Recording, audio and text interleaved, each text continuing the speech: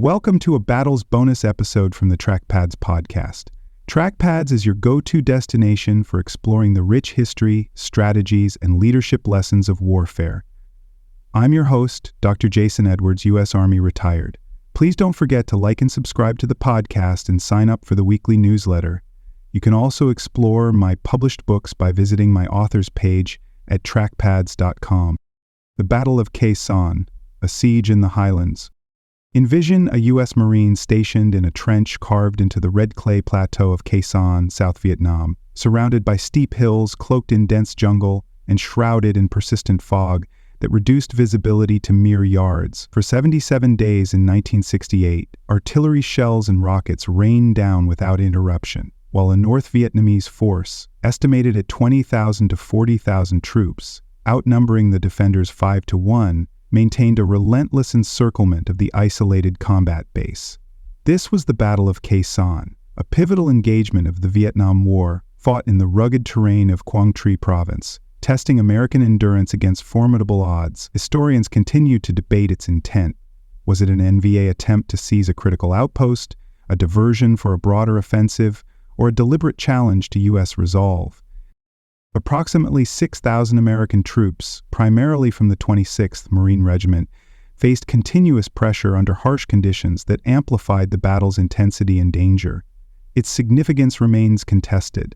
Some view it as a tactical victory for the defenders who held their ground, while others see it as a strategic enigma with far-reaching implications for the war's trajectory. The clash unfolded amid monsoon rains and thick mists, conditions that grounded aircraft and isolated the base, heightening the stakes for those within its barbed wire perimeter. This account will explore Khe Sanh's historical context, its grueling progression over weeks of combat, and the complex legacy it left behind. The battle's prominence in military history stems from both its ferocity and its ambiguity, offering a window into the Vietnam War's most enduring questions. Why did the NVA commit such forces to this remote outpost, and what did the U.S. hope to achieve by defending it at such cost? By examining these layers, we'll uncover the reasons Khe Sanh remains a subject of study and reflection decades later. Its story is one of resilience, sacrifice, and the elusive nature of victory in a conflict marked by uncertainty. Historical context. The Battle of Khe Sanh occurred during the Vietnam War, a conflict that had escalated significantly by 1968 after years of deepening U.S. involvement. Since 1965, the United States had deployed troops to South Vietnam to prevent the Communist North Vietnamese Army and its Viet Cong allies from toppling the Saigon government. A mission driven by Cold War fears of domino-effect communism. By early 1968, over 536,000 American personnel were stationed in-country, yet the war remained locked in a stalemate, with monthly casualties averaging over 1,100. Anti-war protests surged back home, fueled by nightly news broadcasts showing the conflict's toll, challenging President Lyndon B. Johnson's claims of impending progress. Khe Sanh Combat Base sat in Quang Tri Province, 10 miles south of the Demilitarized Zone, DMZ, and 6 miles from Laos, overlooking the Ho Chi Minh Trail, a sprawling network of dirt paths, river fords, and hidden supply caches stretching from North Vietnam into the south. Established in 1962 by U.S. Special Forces to monitor guerrilla activity, it was expanded in 1966 into a full combat base garrisoned by the 26th Marine Regiment, including its 1st, 2nd, and 3rd Battalions. Reinforced by the 1st Battalion, 9th Marines, and Army Artillery from the 1st Battalion, 13th Marines, Khe Sanh housed about 6,000 troops by 1968. General William Westmoreland, head of U.S. Military Assistance Command Vietnam, saw it as a vital outpost to disrupt NVA logistics and protect the I Corps region, the northernmost military zone, against enemy incursions. In late 1967, U.S. intelligence gathered from SR-71 Blackbird overflights, radio intercepts, and defector reports detected a massive NVA buildup around Khe Sanh, signaling an imminent threat. The 325th, 304th, and 320th Divisions, totaling 20,000 to 40,000 troops, were assembling equipped with Soviet-supplied 130mm guns, 122mm rockets, and anti-aircraft batteries. Westmoreland interpreted this as preparations for a siege modeled on Dien Bien Phu, Giap's 1954 triumph over France, intended to overrun the base and deliver a devastating blow to American morale and credibility. The NVA's commander, General Vo Nguyen Giap, a strategic mastermind, aimed to exploit the war's growing unpopularity in the U.S. with a high-stakes operation. Alternative theories emerged among U.S. analysts, suggesting Khe Sanh might be a diversion for a larger plan.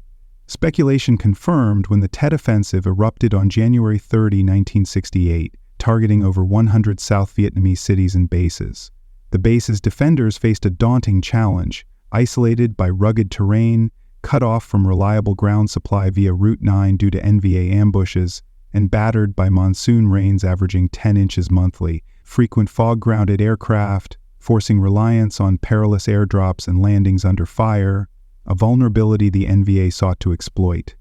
Khe Sanh's strategic value and the looming enemy presence set the stage for a confrontation that would test American military resolve and shape perceptions of the war. The 6,000 defenders, Marines, Army, artillerymen, and a small contingent of Air Force personnel prepared for a fight against a foe entrenched in the surrounding hills, including Hill 881 South and Hill 861. These positions offered the NVA natural cover and vantage points for artillery, amplifying their threat to the base's small airstrip and fortified perimeter. Westmoreland reinforced Khe Sanh with additional supplies and manpower in late 1967, anticipating a prolonged engagement with high stakes. The buildup underscored the clash's significance, a remote outpost poised to become either a symbol of American tenacity or a costly miscalculation. The battle itself.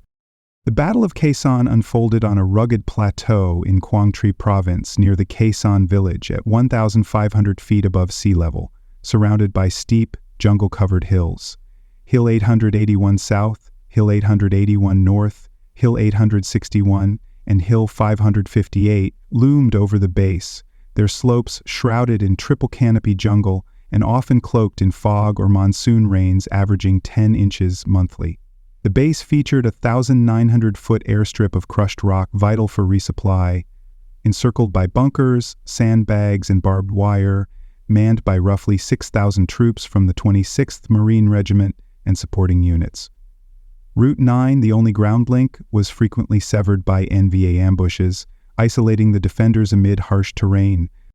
The siege began at 05:30 on January 21, 1968, when NVA artillery, 122mm rockets, 130mm guns, and 82mm mortars from Hill 881 North and beyond unleashed a ferocious barrage on the base. The opening salvo struck an ammunition dump near the airstrip, detonating 1,500 tons of shells and grenades in a massive explosion that killed 18 Marines and wounded 40 on the first day. Fuel drums ignited, sending plumes of black smoke across the plateau, while that night, NVA infantry from the 66th Regiment, 304th Division, probed the western perimeter near Alpha Company's lines, repelled after a 2-hour firefight with 5 American and 50 NVA casualties. On January 29, the NVA launched a major assault on Hill 861, a Marine outpost 2.5 miles northwest, held by Kilo Company 26th Marines, overlooking the base's northern approaches. At 0300 hours, about 300 troops from the 95th Regiment, 325th Division, attacked under darkness and a heavy mortar barrage, aiming to seize the hill's observation post, critical for spotting artillery. The defenders countered with machine guns, claymore mines, and 105mm howitzer fire from the main base, driving the NVA back by 0900, with 10 Marines and an estimated 100 NVA dead. The hill remained contested, with NVA snipers and mortars disrupting Marine patrols in subsequent days, hindering resupply efforts. The Tet Offensive erupted on January 30, hitting over 100 South Vietnamese targets. Yet Khe Sanh's siege intensified, suggesting a coordinated NVA strategy. On February 5, the NVA struck Lang Vei Special Forces Camp, 7 miles southwest, with 1,000 troops from the 198th Tank Battalion and 101st Regiment, 325th Division, tanks, a rare armored assault. At 0100 hours, they overran the camp's 500 defenders, 24 U.S. Green Berets, and Montagnard irregulars, killing 10 Americans and capturing most survivors after hours of fighting. This severed a key Allied position, tightening the noose around Khe Sanh and shifting NVA artillery focus to the main base. The siege's hallmark was its relentless bombardment, peaking in mid-February with up to 1,300 rounds daily from Hill 881 South, mortars from Hill 861, and long-range guns from Laos. Marines hunkered in steel-reinforced bunkers, emerging to repair defenses or man posts amid a scarred landscape of craters and uprooted trees, their morale tested by constant shelling. By February 15, over 25,000 rounds had fallen, wounding 200 defenders and overwhelming medics in bunkers filled with the injured. The airstrip, a lifeline, became a death trap. On February 10, a C-130 Hercules carrying 20 tons of supplies exploded under mortar fire, killing 6 crewmen and destroying its load.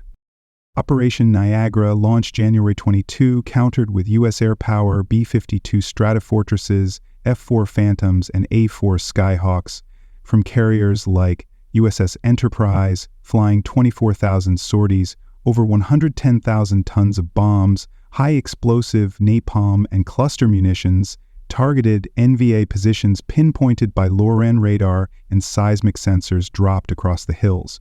On February 17, a B-52 strike demolished an NVA staging area near Hill 881 North, killing 200 troops and a 122mm battery, though the enemy adapted with deeper tunnels. CH-46 helicopters airdropped 12,000 tons of food, ammo, and water, braving anti-aircraft fire that downed 10 aircraft by mid-March. The siege peaked on February 25th with an NVA assault on the southeastern perimeter near the 37th ARVN Ranger Battalion sector, a critical defensive line. At 0430 hours, 600 infantry from the 304th Division, backed by sappers and 120mm mortars, reached the wire with Bangalore torpedoes, killing 8 ARVN troops in the initial barrage. Marines from Bravo Company 26 Marines and ARVN Rangers fought back with M16s, M60s, and 81mm mortars, while F4s dropped napalm within 100 yards of friendly lines, halting the attack by 0800. Losses totaled 15 defenders and 150 NVA, marking the enemy's boldest push, stopped by tight coordination and air support. March turned to attrition as NVA trenches advanced to within 50 yards of Marine lines, dug into muddy slopes under ceaseless rain that flooded bunkers.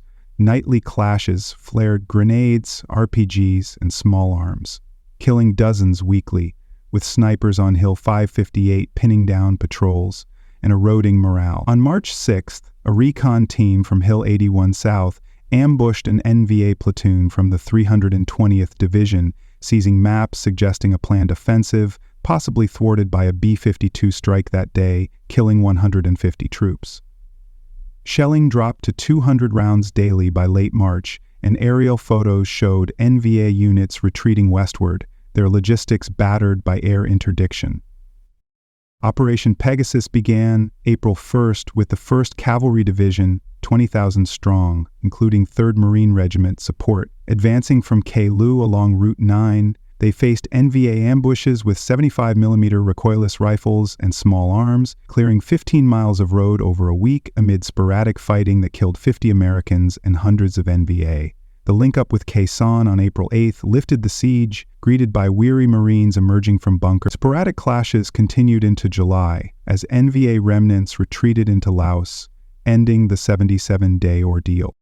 The defense relied on Marine tenacity, 6,000 troops holding against 20,000 to 40,000, bolstered by air power that turned the tide. The NVA's persistence, leveraging terrain and numbers, exacted a steep toll, with daily life reduced to bunkers, shell craters, and the roar of jets overhead. Khe Sanh's isolation amplified the challenge. Route 9's closure and fog-bound airstrip left airdrops as the sole lifeline, a feat of logistics under fire. The battle's intensity, 77 days of bombardment and assaults, tested every defender, leaving a legacy of endurance amid chaos. Outcome and impact. The Battle of Khe Sanh concluded with the U.S. retaining control of the base, a testament to the defenders' resolve against a relentless NVA siege. Official tallies report 205 Marines killed and 1,668 wounded over 77 days, a heavy toll for the 6,000-strong garrison under constant fire. NVA losses were estimated at 10 to 15,000, largely from airstrikes, though exact figures remained unconfirmed due to enemy concealment and retreat into Laos. The base itself was left scarred. Its airstrip pockmarked, bunkers collapsed, and supplies nearly exhausted, despite 12,000 tons airdropped. Operation Pegasus, completed by April 8, 1968, broke the encirclement as the 1st Cavalry Division linked up with Khe Sanh, driving off remaining NVA forces. The enemy withdrew by mid-April, abandoning wrecked artillery and trench lines in the hills, their offensive momentum spent. However, the victory was short-lived. In July, General Cretan Abrams ordered the base abandoned, its structures dismantled and troops redeployed. This decision stunned many Marines, who felt their 77-day stand had been rendered meaningless, sparking debates over the battle's cost versus gain. The siege drained U.S. resources. 24,000 air sorties and 110,000 tons of bombs were diverted from Tet's urban battles, stretching air assets thin during a critical period. For the NVA, failing to overrun Khe Sanh was a tactical defeat, yet their ability to pin down 6,000 American troops may have bolstered Tet's broader disruption across South Vietnam. The battle's demands, sustained air support, constant resupply, highlighted the logistical strain of defending isolated outposts against a determined foe. It also exposed vulnerabilities, as the loss of aircraft and personnel underscored the high price of maintaining Khe Sanh's lifeline. Public perception shifted as images of the siege, Marines in bunkers, C-130s exploding, aired alongside Tet's chaos on American television screens. Anti-war sentiment surged, with protests intensifying in cities like Chicago and Washington, D.C., reflecting a nation weary of Vietnam's toll. In March 1968, President Johnson, facing approval ratings below 40%, announced he would not seek re-election, a decision tied to the war's escalating political cost. Khe Sanh became a potent symbol of Vietnam's grinding stalemate, a battle won on the ground but lost in the broader narrative. The immediate aftermath saw Khe Sanh's abandonment reshape U.S. strategy, moving away from static bases toward more mobile operations. The NVA's retreat allowed a temporary lull in Quang Tri Province, though their presence persisted in Laos, ready to strike again. For the Marines, the battle was a point of pride, holding against odds yet tinged with frustration at its ultimate futility. Khe Sanh's outcome underscored the war's complexity, a tactical success overshadowed by strategic and political repercussions. Legacy and analysis. Khe Sanh's legacy blends tactical achievement with strategic uncertainty, a duality that defines its place in military history. Westmoreland declared it a victory, citing the defense's disruption of NVA plans near the DMZ and the heavy toll inflicted by 110,000 tons of bombs, equivalent to 5 Hiroshima blasts. Yet many historians argue it was a diversion, tying down 6,000 U.S. troops, while Tet's urban assaults eroded American credibility across South. Critics label it Westmoreland's Dien Bien Phu obsession, a misstep that squandered resources in a war demanding adaptability over fixed positions. Militarily, Khe Sanh showcased air-ground synergy. B-52s bombed every 90 minutes, guided by radar, while helicopters delivered 600 tons of supplies weekly under fire, a logistical feat studied at academies like West Point. It pioneered saturation bombing, influencing tactics in Vietnam and later conflicts like the 1991 Gulf War, where precision evolved from Khe Sanh's blunt force. However, it exposed weaknesses, dependence on vulnerable air resupply, the fragility of static defenses against mobile foes, lessons that shaped U.S. doctrine for decades. The battle's intensity, 77 days of shelling and assaults, highlighted the limits of technology against a determined enemy entrenched in rugged terrain. In Vietnam's trajectory, Khe Sanh and Tet marked a turning point, with polls by mid-1968 showing 60% of Americans opposing the war, a shift that hastened Vietnamization, handing combat to South Vietnamese forces. The base's abandonment in July 1968 signaled a retreat from such outposts, reflecting a strategic pivot as U.S. goals blurred amid rising costs, 16,592 deaths in 1968 alone. Its site, now a museum in Vietnam, stands as a relic of a war where immense effort often yielded ambiguous results. Khe Sanh's legacy thus lies in its paradox, a fierce stand that won the battle but lost ground in the war's larger fight. Today, Khe Sanh informs debates on modern warfare, mirroring U.S. experiences in Afghanistan, remote bases, air reliance, and elusive insurgents offering timeless insights. Was it a necessary defense or a costly error? It remains a triumph of marine grit, repelling vastly superior numbers, yet a strategic puzzle in Vietnam's unraveling, a case study in resilience and miscalculation. Understanding Khe Sanh equips us to grapple with war's complexities, from tactical execution to its political ripples, a story etched in both history books and the memories of those who endured it. Conclusion: the Battle of Khe Sanh was a 77-day crucible where U.S. Marines withstood an NVA siege through extraordinary resilience and decisive air power. Yet its strategic purpose remains unresolved over 5 decades later. Colonel David Lones, the base commander, later reflected, "We held our ground against relentless pressure, but the enemy dictated the engagement's rhythm and forced us to react." It stands as a testament to the courage of the 6,000 defenders, Marines, Army artillerymen, and ARVN allies, who faced bombardment and assaults in a landscape of mud, craters, and shattered jungle. Khe Sanh encapsulates the Vietnam War's broader paradoxes: intense sacrifice for uncertain gains, a microcosm of a conflict that defied clear victory. This history matters because it reveals the challenges of unconventional warfare, where tactical wins can mask strategic failures, offering critical lessons for military planners and citizens alike. Its echoes in modern conflicts, like Afghanistan's isolated outposts, underscore the limits of firepower and the weight of public support, shaping how we approach prolonged engagements. Khe Sanh's story, preserved in veterans' accounts in the quiet fields where it stood, teaches us the human cost of war and the need to align strategy with achievable ends. Knowing this ensures we honor the past while preparing for future decisions, bridging the gap between battlefield valor and the broader consequences of conflict. Thank you for tuning into this episode of the TrackPass podcast. Don't forget to check out the TrackPass online newsletter, where we take things to the next level with multimedia content. Each issue features fascinating and informative photos, videos, and articles that bring the stories of military life to you in a dynamic and engaging way. Be sure to subscribe at trackpass.com to stay informed and entertained. Until next time, stay curious and keep exploring the incredible world of military history and life.